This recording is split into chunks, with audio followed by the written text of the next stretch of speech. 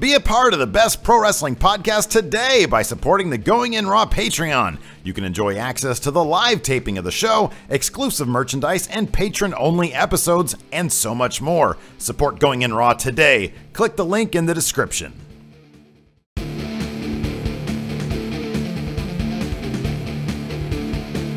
Hey friendo, Steve here. And Larson. And welcome to Going In Raw Countout, the show where we count down pro wrestling things right here at youtube.com/Steve and Larson. Be sure to hit that subscribe button. We're also available wherever fine podcasts are. Again, be sure to hit that subscribe button. Larson, where else are we to be found? Other podcast places. I meant the Patreon. I know. Patreon.com/Steve and Larson. We have contribution tiers, rewards for those tiers, including t-shirts, live streams, care packages. We're also at Pro Wrestling Tees at prowrestlingtees.com/goinginraw. 7 wonderful Seven designs. Hopefully more to come. Not including this one. This is a naked German suplex. Well, he's got a thong on. But this German, very erotic German suplex is happening right here. This is how wrestling should be, man. Just naked, buff men. Well, they're not nude. Or women. Look at Lita under my arm right there. Mm-hmm. Boobs. All right. So anyways, Larson, big news. Rocking the wrestling world this week. Jinder Mahal rising from obscurity, rising from a feud with Rob Gronkowski into the main event scene on SmackDown Live. Yes. Wow. And I am personally geeked. I know you are geeked. Yes. Many of our friendos out there are geeked. Some people are not so geeked, but I'm geeked. As am I. Yeah. And it just goes to show that with one swift turn, a lower mid-card guy can be boosted up into a main event level scene. So that got us thinking what? Got us thinking about 10 other WWE superstars, whether they be on Raw, SmackDown, NXT, 205 Live, could, see something similar happen to themselves. Rise from the mid-card up into potentially the main event scene. So these are 10 WWE mid-card wrestlers who should get a main event push. All right, let's start with number 10. 10. Mojo Rawley. Hold on. Stop laughing. Well, he's already kind of getting a push, Steve. He won the Andre the Giant Memorial Battle Royal. Well, here's the thing. He's friends with Gronk. Well, yeah, who wouldn't want to be friends with Gronk? Baron Corbin won the Andre the Giant Memorial Battle Royal a year ago. Yeah, and he's main event the last 2 SmackDown Lives. And he's on this list because guess what? He's already getting a big main event push. Yes. And so Mojo Rawley, should he follow in those footsteps, which he probably won't, but should he do that, the precedent has been laid down by Baron Corbin. Yes, and by participating in the 6-pack challenge on SmackDown Live this past Tuesday, Mojo potentially took the first step in getting to a main event level push. Yeah.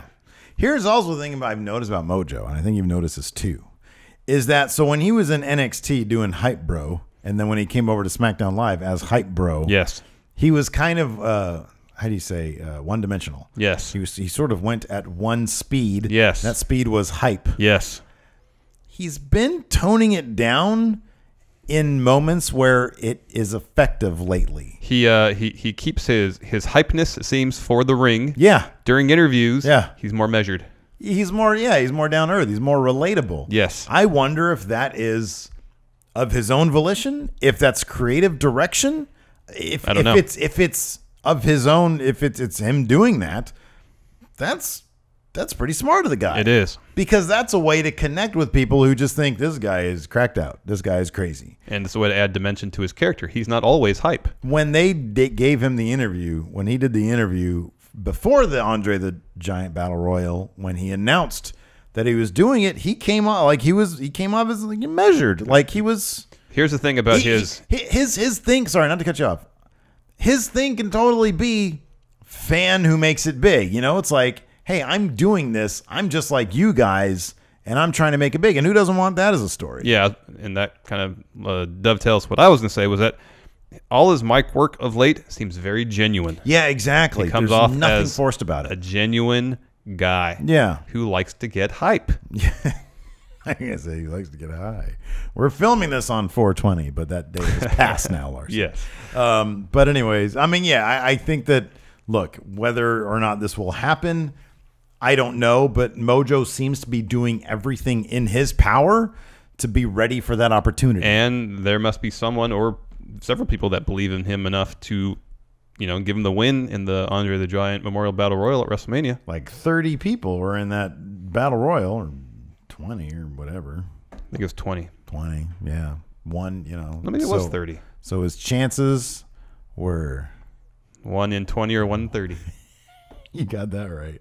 So yeah, Mojo Rawley, definitely push him to the moon. Number 9. Oh, 9. He needs different attire. I can't stand the spandex bike shorts. Oh my God, I hate them so much. But if a main event push eventually is in the cards, getting away from the Zubaz is probably a good idea. That's a good step. I'll admit that is a good step, but he needs something more definitive. I liked his this brightly colored trunks. Yeah, he needs a fancier, like a better material, like a thicker material version of that. Not just like see-through cloth. Yeah. I don't want to see his bell end. And you can go back to the stay hype catchphrase. That's good. Yeah, no, it's good stuff. I don't even know what his catchphrase is now. Stay hype. Oh, now? I don't think he has one. Yeah, it's just... Is it Mojo Rising? Yeah. That's what he has on his wristband. There's a Mojo Rising. Mr. Mojo Rising. George Strait. I Morrison love you. Sang it was John lyrics. Morrison. Yeah. Listen.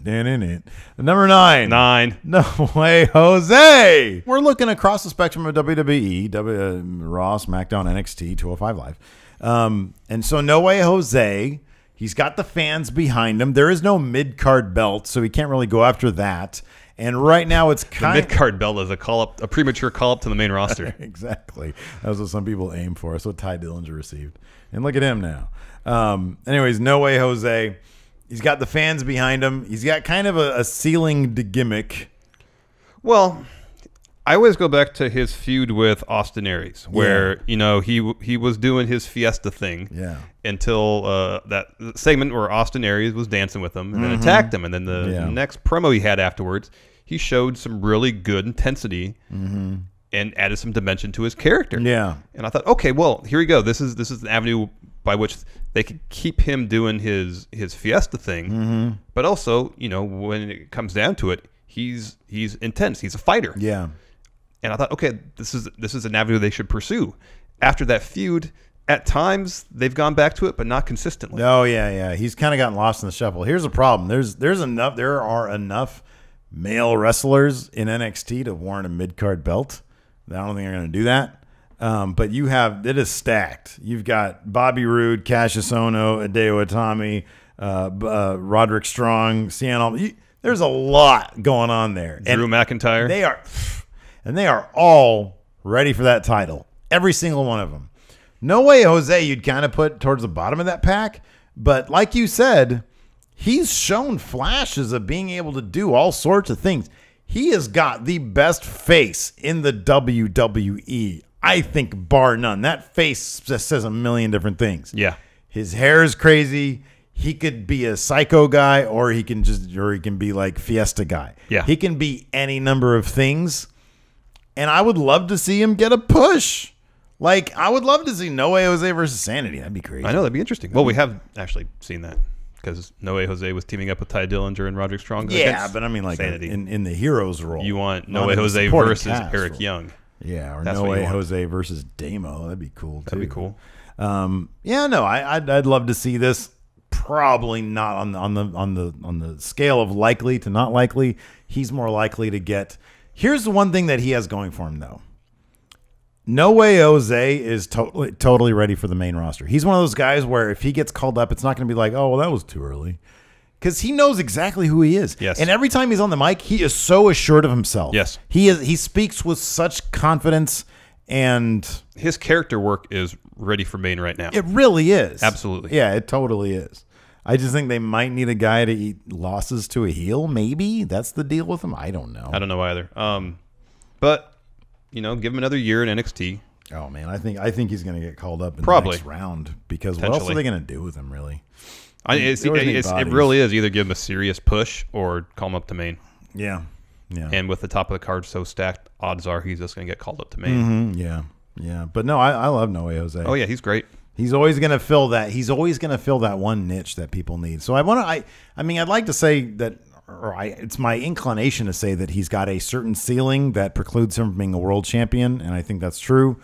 But I think it's within reason he could challenge for the U.S. title or the IC title, maybe down the line. Yeah, potentially. If he has, he's one of those guys who if he gets the fans really behind him, if he gets one of those like chants that becomes viral, kind of like Ty. Yeah, because you could say Ty was carried to Maine by his 10 chant. Oh, definitely. Yeah. So if he gets one of those going, then the sky's the limit. Yeah, or at least the mid-title scene. Number 8.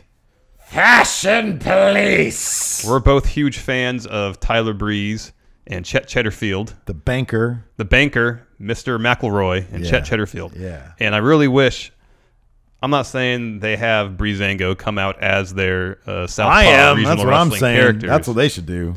But for a very short moment, that series was the talk of the wrestling world, and they should have really capitalized on it. Oh, yeah. I think they were on TV the next week briefly, and that was it. Yeah. But yeah, what if they'd come out as Chet Cheddarfield and the banker? They showed brought up out Sea Creature. They showed up at Access in those characters. Yeah. That was great. That was fantastic. Do a little crossover. Give them more TV time. Yeah. Have that be the springboard for a serious tag title push. Both these guys are supremely talented. Yes. It is bizarre they've been relegated. Like, okay, I totally understand why the Vaudevillains were the Vaudevillains. Yeah. But also, when they got brought up to Maine, they booked them as legitimate contenders for the tag titles. Yeah, I know. They were in a good feud with the New Day. Yeah. Wait, who are you talking about? Breezango or Vaudevillains? Vaudevillains. Oh, yeah, I'm saying they managed to do that with the Vaudevillains. Yeah, that's what you're saying. Okay, yeah. Why can't they do that with Breezango? No, I know. Like, we always go back to this. There was that rumor that they were going to be packaged more seriously. Instead, they were the Fashion Police. I get it, man. Which is a funny gimmick. I enjoy it. But I think if anybody could have benefited most from capitalizing on the success of Southpaw, it would be these two guys. Yeah, no, I agree with that. Because they did great work, especially Chet Cheddarfield. Yeah, Chet. He was great. Oh, man. So, number 7. Noam Dar. I kind of was like running through because I wanted to get a 205 Live guy in here. And I was kind of running through the roster being like, well, who's ready to just move on? And like Jack Gallagher, maybe, although he's kind of a mumbler. I had thought of Mustafa Ali. Yeah, maybe. They're giving him some good wins, but I kind of like him getting into this thing with Drew Gulak. That's a solid feud right there. Yeah, it is. With something on the line that isn't a title. So I like that. Noam Dar is done with this Alicia Fox thing. He's done with his Rich Swann thing, evidently. I kind of feel like he can be sniffing at that world title or the cruiserweight title scene. Maybe. He could be in if they give him more of a mean streak, then I really want to see what he can do. Say Austin Aries at some point finally gets the belt from Neville, goes into a program with Noam Dar. Neville maybe goes into a program with TJ Perkins, like a face TJ Perkins. Yeah. That'd be cool. Yeah. I don't want TJ Perkins to be a face again. I was waiting for you to say that. I'm speaking down the line, but it's always fun when a guy turns heel and he has like a mentor, and then he turns to the mentor as a face. I'm okay with that. I might get on the side in that case. Yeah, well, maybe if TJ Perkins gets a good 6 months as heel, mean TJ, and then gets starts to get over as mean TJ. As we say it all the time, get over as a heel, massive face push. There you go. Let's go back to Noam Dar. Yes, he is ready to do this. Like Austin Aries, he's probably gonna be a face for a while because Neville is top heel. But I think Noam Dar is a different kind of heel. And like I said, if you just give him a mean streak, I think he can have a run with that cruiserweight title. Yes. I think that he's the guy with the most unique personality. He's like so firmly set in that personality, so well defined. Yes. That he can pull this off. Yeah. And I don't see, do you see, let's say Austin Aries wins the title, Neville's out of the title scene for whatever reason. They just want some fresh faces. What other heel would be better than Noam Dar to challenge him, do you think? Or can you think of anybody else who could challenge him? No, I think Noam would be first in line. I think that'd be first in line. I think that'd be good. I'm okay with that. Noam Dar. The only other name I can think of is Brian Kendrick, but he's been around the title picture so much, I'd like to see someone new. Yeah. But that's it. Yeah, no, I agree. Noam Dar, that's your man. Number 6. Titus O'Neil. Yes. Well, till the day we die, we're gonna be cheering Titus O'Neil. We want him to do good things. I'm still really fairly surprised that at no point in the last 5 years, since we really got back into watching wrestling, they haven't really given him a decent, even mid-card title push. Yeah. Yeah, I know. He's got tons of charisma. Yeah. He's great on the mic. I enjoy watching him wrestle. I guarantee you there is something Is he still being punished for the Vince thing? I don't know about that. He might be on some sort of permanent like shit list unless he gets something out of the blue going for him. I just wonder if he's a good company guy that they need as like a utility player guy. They just put into spots, and that's where they see him. Like, you know, they always say like this is a play. Everybody has their role. Some guys, it's not their role to get a belt to go to that level. I mean, there's so much talent in the company. I think the thing is this, dude. You and I are big Titus O'Neil fans.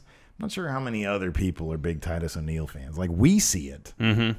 I can see if other people don't see it. Mm-hmm. You know what I mean? Because you and I have kind of specific predilections. Yeah.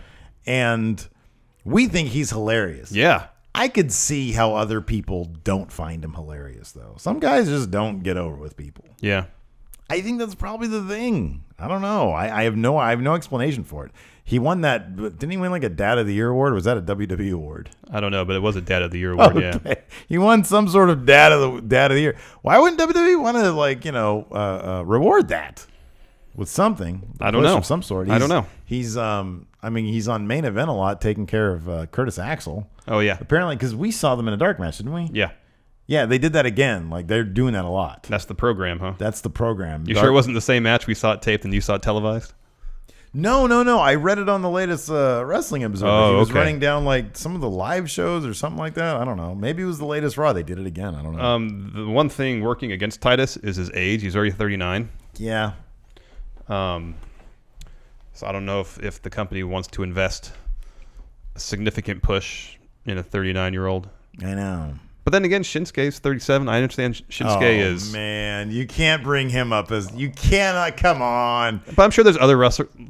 You know, other wrestlers have gotten pushes later in their career. DDP was probably 43 before he got the world title. So it's possible. No, dude, look, it's totally... And if this was WCW, I could see Titus O'Neil being like the United States champion or the TV champion by now. But this is WWE. You can't bring up Shinsuke Nakamura. That was good, though. I like that. You're a funny guy sometimes. You're a funny guy. You said Shinsuke 37. Like one of the biggest names in all of Japan. I see your point. I'm not that age is always a factor. That was my point. Absolutely correct. I mean, Kevin Owens is 34, but you know he's been around for a long time too. Titus O'Neil, that's good. Get Titus into a feud with Shinsuke. They're on different shows now, though. Titus is above brand. He is. He is Titus brand. Number 5. Andrade, Cien, Almas. What are they doing with this guy? Tranquilo, Larson, tranquilo. First of all, they brought him in as a face. Bad move. Terrible move. He was like renowned around the world as one of the best heels in pro wrestling. Rudos. Yes. Yeah. And they bring him in as a face. Yeah. And they pretty quickly realize, okay, that was a bad idea. Turn him heel. And then he's like jobbing out to people. This guy should be He beat Danny Burch this week. I know. At worst, he should be the second heel on NXT. Second top heel. Who's top heel? Bobby Roode. Bobby Roode Who's is. second heel? I think it's Cien Almas, isn't it? No, I think it's Eric Young. Oh, it's yeah. Sanity. They're Sanity good. or Authors of Pain. They're good, though. Oh, well, yeah, they're tag team. I know, but I mean... Sanity's good, though, man. I know, but Almas is really good, too. Yeah, I kind of like Almas better than Eric I know, me Young. too. With the limited things we've seen from him, yeah, I love heel Almas. Almas. Talk about his latest gimmick. I don't like it. Okay. He's a party guy now. So, you said this on the NXT thing. Where did you get that from? From NXT this week. Did they say that on commentary? Yes. While he was walking out to the ring, I think it was Tom Phillips said, "Oh, Percy, you have information about Almas." What Percy he was doing. Just make this up on the spot? No, because he had his story all worked out. You hear information about what Almas did after Takeover when he lost to Tommy End. And Percy said, yeah, one of my friends is a manager at some club downtown and said that he was at the club till 3:45 in the morning. So that's apparently one of Almas's thing. That, along with the Heavy Machinery iPhone video, where he was getting ready to go to the club at like that's right. quarter after 1 in the afternoon. That's right. They did say that. That's right. So his new thing, I guess, is party guy. He's party guy. Then he shows up hungover. I don't like it. Oh, I kind of like that, man. Tranquilo. I don't like it. Yeah, I don't know. I don't like it. I love him though. I think he's fantastic great. though. He's fantastic. If they book him right, sky's the limit. Yeah, I know. He's good in the ring. He Dude, works stiff. I love Almas, man. Man, I forgot about that. The Danny Burch match. He had that chop. I swear. And he delivers his chops in the weirdest way. They're overhand chops. But they're overhand, but they're not like back here. They're like from here, and they're sonic booms. I know. The one this week was loud. It wasn't anywhere near as loud as the 4-way match. Oh no, I know. That but was that's literally a once like in a a lifetime. firecracker going off. That's a once in a lifetime thing, dude. I really feel like Almas is one of those wrestlers that we've only really seen about 20% of what he can do. Oh, I know. All around. It's exciting, though. He's going to be around for a while. He's not going anywhere. So. I hope he so. seems to be having a good time. Yeah. And he's ready for prime time. Oh, yeah. That dude is ready for prime time. I know, and I don't want them bringing him up until he kind of reaches his potential in NXT first, because then it could be a situation where they just bring him up and it's like, okay, he's a heel. We'll put him in the mid-card now, see what happens. They don't do anything with him. Yeah, let me ask you this. Yeah, but the thing is, he's too strong of a personality to get lost. Now, he could get... I'll put it this way. He might not be contending for titles, but you're always going to be entertained by watching him. I know, but I feel like there's so much more to him than just being entertaining, you know? Yeah, I know. Probably right about that. Like, he can be a really amazing heel. Let me ask you this. Who do you think is going to take that title off of Bobby Roode? Drew. You think it's Drew? I think it's going to be Drew McIntyre. Okay. When? This fall. This fall. Survivor Series. Maybe Rumble. Okay, let's say it's Survivor Series, because I think you're probably right about that. I think they might. Yeah, probably. You don't think they're going to expedite that at all? Drew's going to be around for a little while, I think, NXT. Who do you think is going to be first in line? I mean, I know it's booking a way out. You don't think Cien? They'd think of Cien? They had Cien messing with Drew in the gym. Oh God, he's gonna job to Drew like next week, isn't he? Yep. Oh man, they gotta call up Cien. But he'll just do the same thing on Main. That's what I'm worried about. Yeah, I know, but then you're on Main. And what have we said? There's a dearth of heels on Main. I know. Yeah, man. I don't know. Top heel Cien Almas. That's what he should be. Yeah, really. Isn't that weird that there's like more room for Cien Almas on Main than there is in NXT? But there's not really, a apart lot of from heels either, no. There's Bobby, there's Eric Young, and then him. There's too many guys, not enough belts. I know. Number 4, Rusev, Machka Putria. Sorry, I jumped the gun there. You know they're gonna split him and Lana up. I heard. Yeah, she's gonna do a dancing gimmick. I saw. Apparently, it's not all that great either. According to Meltzer, is like reports of her doing that shit at NXT house shows, and it's just not. It needs polish. The dancing or her wrestling, or everything. I think the gimmick. Okay. I think he's mentioned because I think gimmick. she's a trained dancer. Well, I can see that in the little video vignettes. Yeah. How that apparently it's not translating as well as Breezango or Fandango. Well, did. not that necessarily translated well either. At least Lana is a trained dancer. Yeah, it's so stupid. Anyways, Rusev is still great. He's amazing. Absolutely fantastic. There's part of me who wants to watch Total Divas because there's that. You saw a little clip of him in like the pool, and he's got like a little Speedo on, and Renee, what's her name? Renee Young. Mm-hmm. She says, "Get your beehole out of there." She says, "Butthole." Anyways, Rusev when he comes back, this is one of the good things. Like Rusev before injury, kind of getting lost in the shuffle on Raw. Very much. There's no kind of there. He was getting lost in the very shuffle. much getting lost in the shuffle. But on Raw. Okay, here's the thing. Going back to the Andrade Cien Almas thing, Rusev lost in the shuffle. Rusev still entertaining whenever we see him. Yeah. Andrade Cien Almas, even if he gets lost in the shuffle, he's always going to be. I think they're always going to be able to plug him into a higher profile thing because he's got that personality. It's not like a guy who has no personality and he's just going to get lost. I would like to hope so, but given even the limited mic time he's at NXT, I don't necessarily see that growing significantly larger when he gets called up to Main. Put him in a heel tag team.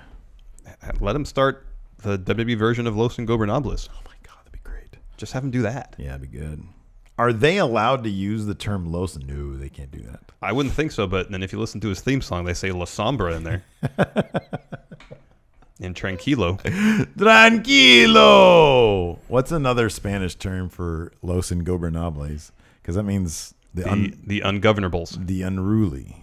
Yeah, I don't know. Anyways, I don't know. Getting back to Rusev. Yes. I think the injury might do him good. Well, that It's one of those things. Some time away, and then the move to SmackDown. Yeah. Yeah, being away, coming back to SmackDown, they can make a big deal out of it. Yeah. Say he comes back, lead up for SummerSlam. I think this dude is probably primed for a push when he gets back. I hope so. You know, like we said, there's a dearth of heels. He doesn't need to be contending for the world title like Baron Corbin, but hey, for the U.S. title, get Rusev in there. Well, he's already won the U.S. title twice.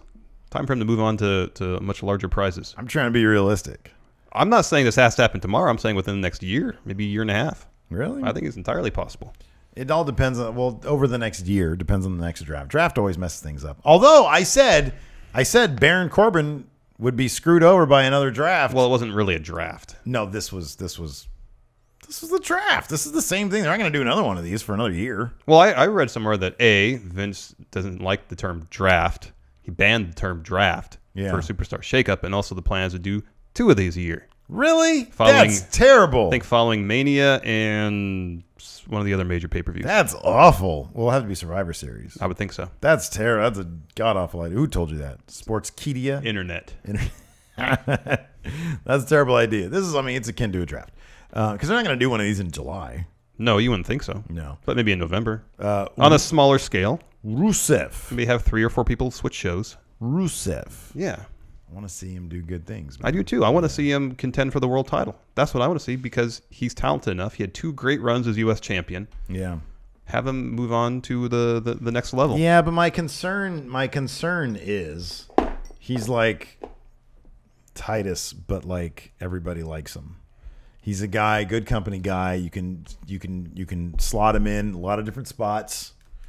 I don't know if he's ever going to get that one big push. I hope he does. I think he will. You think he will? I think he will. Eventually, at some point? Yeah. All right. I think he will. He deserves it. I think so, man. I think they're probably going to pay attention to what he does on Total Divas. If he's wildly entertaining on Total Divas. I know. They have to. I know. If he gets himself over on Total Divas, then yeah, they have to. The thing that I like most about Rusev is that he really comes off as a guy who just doesn't give a shit, but in that good way. Yeah, Yeah. Like, hey, this is me. I'm going to do my thing. And I'm going to clown around and have fun with it. Yes. And he again, he's one of those guys that makes the most of his opportunities. Yes.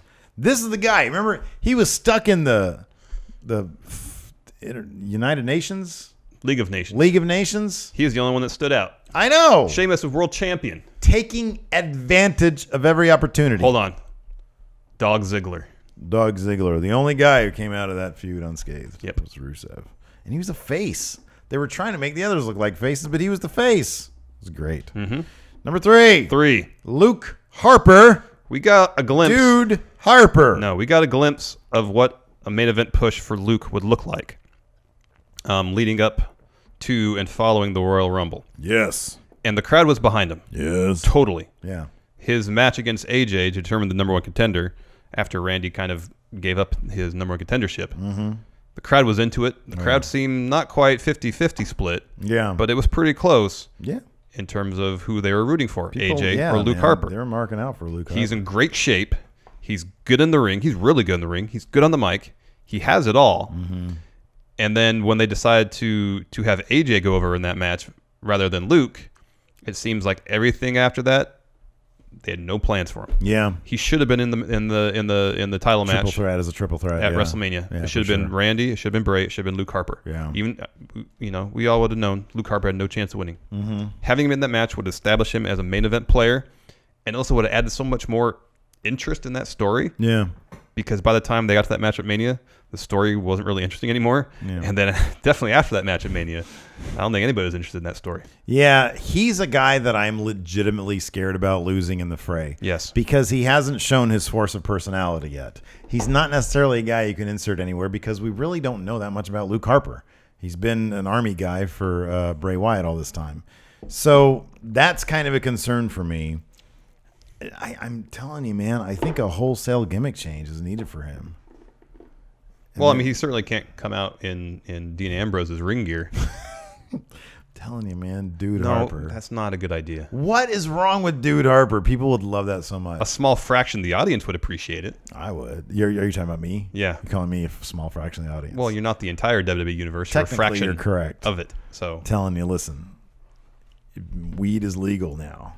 In some states. So you can, Jeff Sessions wants it not to be. I know. So you can do this now and get away with it. For the time being. He's just like, who did I say? Oni Lorcan and Steve Buscemi, and then Damo is John Goodman. I think you're out of your element, Steve. You're probably right. I think you're really out of your element. Harper would be great. No, it wouldn't. Number 2. Cesaro. Really? Split him up from the tag team? At a certain point, yeah. Yeah? I mean, everybody in the internet wrestling community loves Cesaro. People love Cesaro. He's great in the ring. Oh, he's fantastic. Every match that he's in is a dream match. Yes. Yeah. And week by week, he's showing more personality, getting more over with the fans based on his personality, not just his in-ring work. Mm-hmm. If they broke him and Sheamus up, moved him to SmackDown, oh my God. Oh yeah. Yeah. Another main event player. He'd have been in the main event United States title scene. I know, because they're pushing that right now as a top belt. They really are. Yeah. No, I mean, it seems like it's been kind of obvious. Ever since Cesaro won the Andre the Giant Memorial Battle Royal 3 years ago. Mm-hmm. Internet wrestling fans have been clamoring for a main event push for Cesaro. I mean, he got to the main event in his division. Yeah. The tag division. Yeah.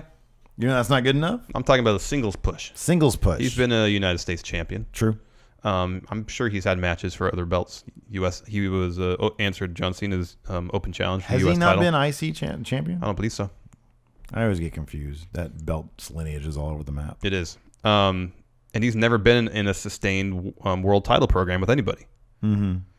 And after his current team with Sheamus comes to an end, after that story concludes, I would be really surprised if they didn't, especially if he's on SmackDown somehow, put him into a title program. Yeah, I could see that. Because he's over. He's super over. No, I could totally see that. He seems to be like the missing piece of SmackDown. Because SmackDown is totally the wrestler show at this point. I don't care. It's totally the wrestler show. So Cesaro should be on SmackDown. There is like a storyline, not storyline where he was sort of shooting, where he was saying, "I wanted to be on SmackDown." His complaints were twofold. He was upset about being drafted so low, and then not being drafted to SmackDown. Yeah, exactly. He was drafted in like the 20s or 30s or something like that. It was stupid. He should be a top star. Yeah, he should. But here's the thing, though. I think that his time with Sheamus is really it served him well. Yeah, it's serving him well, and it's allowing people to connect with him more, better. Yeah, and yeah. So the thing is, I don't like. There's a part of me that wants to make a comparison between him and Dolph Ziggler, but I think Dolph's like ceiling for that, like his window of opportunity has like closed a while ago. Oh yeah.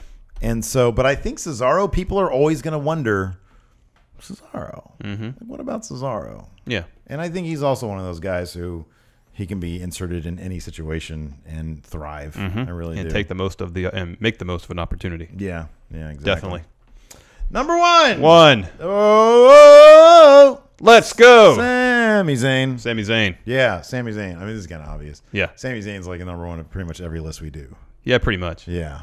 But I will say his first 2 weeks on SmackDown, he's eating the pin. He ate the pin in the U.S. title number contender match. He ate the pin. Continuing his gimmick of bad wrestler. No, losing wrestler. Loser. Losing wrestler.